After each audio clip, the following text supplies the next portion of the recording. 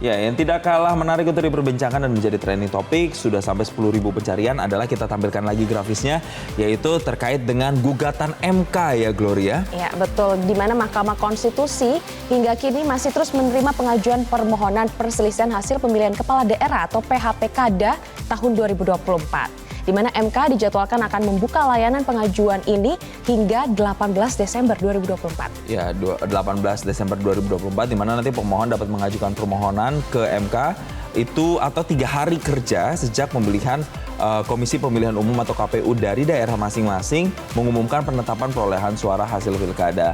Dan permohonan nantinya dapat diajukan baik secara daring melalui aplikasi simple.mkri.id atau secara luring langsung ya ke gedung Mahkamah Konstitusi.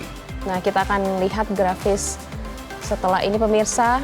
Jadi para tim paslon ini harus membawa barang-barang bukti ya. Betul. Jika melihat dari situs mkri.id, terakhir ini sudah ada sebanyak 277 gugatan sengketa pilkada serentak yang masuk ke MK. Betul, itu total ya. Dan kalau kita bagi secara online dan offline, memang kebanyakan secara offline dan datang langsung. Untuk gubernur itu sendiri gugatannya sudah masuk ada 9, kalau online ada 6, kemudian dari bupati itu offline-nya ada 113, cukup banyak, yang paling mendominasi.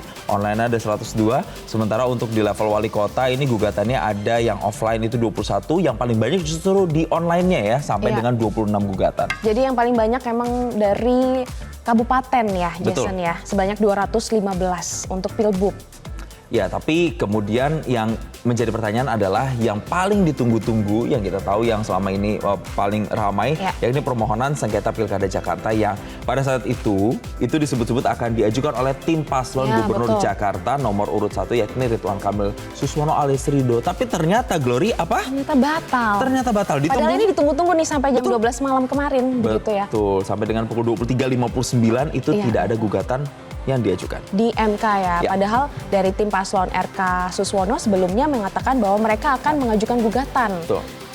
Baik secara online maupun offline begitu ya, diketahui KPU Jakarta juga sudah mengumumkan bahwa hasil rekapitulasi suara ini sebelumnya itu pada hari Minggu 8 Desember 2024 yang lalu. Jadi setelah ada rekapitulasi, kubu RK Suswono ini sempat menyatakan niat untuk nantinya menggugat hasil Pilkada Jakarta, tapi hal itu urung dilakukan karena kemudian tidak ada laporan yang masuk. Tapi kalau kita balik lagi pada saat timnya itu akan menyampaikan gugatan karena menilai KPU itu ada kecurangan atau bentuk ketidakprofesionalan lembaga pemilu atau lembaga penyelenggara pemilu, dalam hal ini adalah KPU. Tapi kalau Jason, kalau kita melihat data nih untuk selisih suara Rido dengan Pramono Anung dan Rano Karno ini terpaut cukup jauh ya, ada 10%. Betul. Kalau dari Rido ini di angka 1.700.000 sekian atau setara dengan 39,40%. Di Pramono Rano ini ada 2.180.000 suara atau 50,07. Mungkin ini menjadi pertimbangan tim paslon dari Rido untuk tidak jadi mengajukan gugatan pilkada ke MK karena selisih suaranya terpaut jauh. Gapnya cukup jauh ya, dari 50,07% ke 30 sekian persen. Dan kalau untuk yang satu lagi adalah dari Dharma Pongreku dan Kunwardana itu sekitar 10%-an. Dan menanggapi hal tersebut, calon gubernur nomor urut 3 Pramono Anung tentunya berterima kasih kepada Ridwan Kamil Suswono juga kepada Dharma Pongreku Kunwardana lantaran tidak mengajukan gugatan sengketa pilkada ke Mahkamah Konstitusi. Jadi ini karpet merah ya untuk tim Pramono dan juga Rano Karno. Karena Pramono kemarin juga menyebutkan bahwa langkah ini merupakan komitmen menciptakan kontestasi Pilgub Jakarta yang riang gembira. Ia pun menilai tensi politik dalam Pilgub Jakarta kali ini terbilang rendah. Setiap paslon tidak melihat satu sama lain layaknya kompetitor, tetapi fokus membangun strategi guna memberikan kesejahteraan bagi warga Jakarta. Nah, Jason dan juga pemirsa, kita simak pernyataan dari Pramono Anung berikut ini. Saya secara pribadi, baik pasangan 01 maupun 02 yang tidak menyampaikan gugatan ke MK mengucapkan terima kasih. Artinya Jakarta segera bisa konsentrasi untuk berbenah. Karena memang kondisi sekarang juga bukan kondisi yang baik-baik saja. Karena kalau lihat peristiwa dunia, ekonomi dunia, tekanan dunia sekarang ini pasti cepat atau lambat juga akan dirasakan oleh masyarakat yang ada di Jakarta. Kalau politiknya belum segera settle, pasti ada dampaknya. Sehingga dengan demikian saya mengucapkan terima kasih dan pemilihan gubernur di Jakarta kali ini adalah pemilihan yang tingkat tensi politiknya itu paling rendah. Tensi politiknya. Sehingga dengan demikian kita semua patut bersyukur seperti yang saya sampaikan di awal, politik kami dan saya juga yang lainnya, politik riang gembira itu bisa terwujud dalam waktu ketika pelaksanaan kampanye, sosialisasi sampai dengan penyoblosan, bahkan sampai perhitungan praktis di Jakarta tidak ada peristiwa yang berarti. Jadi saya melihat Jakarta bisa menjadi role model demokrasi yang ada di Indonesia. Nah, Jason dan juga pemirsa, selain Pilkada Jakarta, ternyata yang menjadi sorotan publik ini juga ada Pilkada di Papua, di mana tim Badan Hukum Nasdem, Badan Advokasi Hukum atau BAHU Partai Nasdem ini melakukan perbaikan permohonan gugatan hasil Pilkada Kabupaten Waropen, Provinsi Papua ke Mahkamah Konstitusi. Ya, gugatan ini Glory mengangkat dugaan adanya penyalahgunaan sistem noken di daerah yang seharusnya tidak menerapkan sistem tersebut. Adapun Sekretaris Jenderal Badan Advokasi Hukum Partai Nasdem, Ucok Edison Marpaung, ini juga mengungkapkan bahwa sistem noken hanya berlaku di Papua Pegunungan dan Papua Tengah. Sedangkan untuk di Kabupaten Waropen sebagai bagian dari Papua Induk itu tidak menggunakan sistem noken tersebut katanya. Oke, dan Ucok ini juga menjelaskan bahwa pihaknya menemukan video dan juga foto yang memperlihatkan petugas KPPS melakukan proses pencoblosan secara kolektif. Seolah-olah TPS di wilayah tersebut ini menerapkan sistem noken.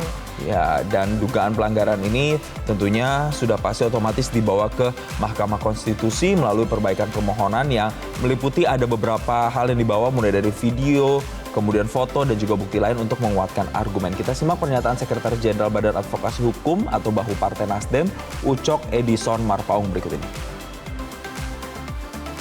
Di yang kita masukkan tadi ada video KPPS mencoblos seolah-olah itu adalah TPS dinokenkan, ada di kampung-kampung, ada 19 kampung di Kirihi. Nah itu kami merasa keberatan dari paslon yang diusung Partai Nasdem. Kami keberatan, makanya kita masukkan bukti-bukti termasuk video, masuk foto-foto bagaimana distrik itu hanya membuat TPS itu di sekitaran distrik Kirihi, tidak didistribusi logistik ke kampung-kampung, tapi hanya dilakukan pencoblosan secara noken oleh KPPS di distrik Kirihi. Nah, sementara itu pemirsa dan juga Glory, kalau kita lihat tim kuasa hukum PDI Perjuangan yang dipimpin oleh Roni Talapesi ini juga mengajukan gugatan ke Mahkamah Konstitusi atau MK terkait dengan hasil Pilkada Jawa Timur dan Jawa Tengah di hari Rabu malam kemarin Karena atau di hari Jawa terakhir Timur, ya. Karena Jawa Timur dan Jawa Tengah ini menjadi daerah yang paling sulit begitu ya di pilkada. Gugatan ini didasarkan pada dugaan kecurangan terstruktur, sistematis dan masif atau TSM yang ditemukan di kedua provinsi tersebut. Betul. Di mana Roni Talapesi ini berharap Mahkamah Konstitusi dapat menegakkan demokrasi sesuai cita-cita reformasi. Ya, dengan diajukannya gugatan ini ke Mahkamah Konstitusi, tentunya PDI Perjuangan tuh berharap nanti hasil pilkada di Jawa Timur dan juga di Jawa Tengah nantinya dapat dikaji ulang demi memastikan keadilan dan juga integritas demokrasi tetap terjaga. Kita akan simak pernyataan dari Roni Talapesi berikut ini pemirsa. Ada 3.900 TPS di mana terjadi suara dari Bu Risma 0. Artinya apa? Artinya tidak ada yang memilih Bu Risma, sedangkan kami punya saksi dan lain-lain. Itu yang pertama. Yang kedua, kami juga pun menemukan bahwa surat suara yang tidak terpakai di provinsi itu berbeda dengan surat suara yang tidak terpakai di kabupaten kota. Terjadi selisih kurang lebih, kalau di kabupaten kota setelah kita jumlah ada 600.000, sedangkan di provinsi surat suara yang tidak terpakai itu ada 1.200.000. Kami melihat. Nah, Jason, kita lihat yuk apa kata netizen terkait dengan gugatan sengketa pilkada ke MK. Dari @bonaiskan, harusnya dipercepat aja sidang di MK biar di Januari sudah ada gubernurnya dan bisa langsung kerja. Ya, itu harapannya dari netizen. Ada juga @lia, duplis MK, jangan takut atau lemah sama para penguasa ya. Please, Banjarbaru kaji ulang hasilnya. Jadi banyak banget ya Harapan-harapan ya. dari para netizen ini. Kemudian ada juga dari Dina Ardi, semoga dalam prosesnya MK bisa bersikap mendengar suara rakyat, jangan matikan demokrasi. Nah ini pesan penting nih, jangan matikan demokrasi ya, sentimen-sentimennya pada bersuaranya semoga prosesnya bisa bersikap terbuka begitu ya. Ada juga etniam sekian, 63% tidak setuju dengan pilihan yang ada, logikanya aja jangan terlalu dipaksa katanya. Dan juga dari Fatimah, MK perlu hati-hati jangan sampai ditekan penguasa karena Republik Indonesia ini adalah negara hukum bukan negaranya penguasa. Sudahlah DKI rakyatnya kritis dan cerdas, yang dikhawatirkan mereka akan marah. Moga tragedi 98 tak terulang. Wah ini harapan kita bersama ya. Harapannya tidak terulang, semoga nantinya proses yang berjalan di Mahkamah Konstitusi benar-benar bisa menghadirkan keputusan yang benar-benar seadilnya terkait dengan gugatan-gugatan yang diajukan. Dan pemirsa, Newsline masih akan hadir dengan sejumlah informasi lainnya. Untuk itu tetaplah bersama kami segera kembali sesaat lagi. Jelajahi cara baru mendapatkan informasi. Download Metro TV Extend sekarang.